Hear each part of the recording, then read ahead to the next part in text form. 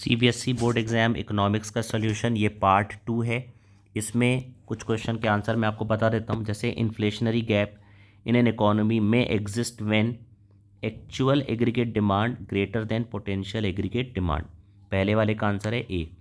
According to the RBI statistical supplement released on 19 May, India's foreign exchange reserve grew for the third straight week and reached near an approximate level of $600 billion. The above situation will, ये बड़ा important point है, will increase the debit side of balance of payment of India.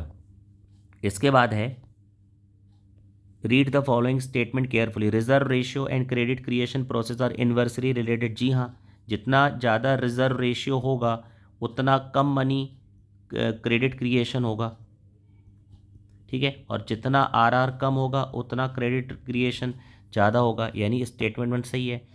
Central bank of an economy performs the vital function of controlling the credit creation process, ये भी सही है। तो इसका answer क्या होगा? Both statements are true. Both statements are true.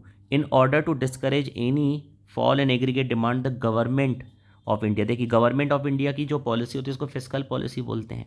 बहुत सारे बच्चे इसमें कंफ्यूज भी हो सकते हैं इसमें आंसर को देखकर। ये जो रेपो रेट है ये तो सेंट्रल बैंक की पॉलिसी होती है, ये तो हो ही नहीं सकता। ए बी और डी तो हो ही नहीं सकता, गवर्नमेंट की बात कर रहा है तो एक ही ऑप्शन है, तो इसमें तो सीधे सीधे डिक्रीज होगा, डिक्रीज गवर्नमेंट एक्सपेंडिचर, डिक्रीज दी गवर्नमेंट एक्सपेंडिचर। बिल्कुल इजी था। इसके बाद है, ये मैंने बच्चों को बोला भी था, देखिए 2000, 1800, 200, तो ये 1800 जो लोन है ये डिपॉजिट हो जाएगा, फिर 1800 का 10% रिजर्व में चला गया तो 1620 होगा। तो ये कब तक चलेगा सिलसिला? ये देखिए 2000 हमने इनिशियल डिपॉजिट किया है, इसका 1/10%, क्योंकि लीगल रिजर्व रेशो 10% है, तो मनी कितना क्रिएट होगा? 20,000 क्रिएट होगा। मनी कितना क्रिएट होगा? 20,000 क्रिएट होगा।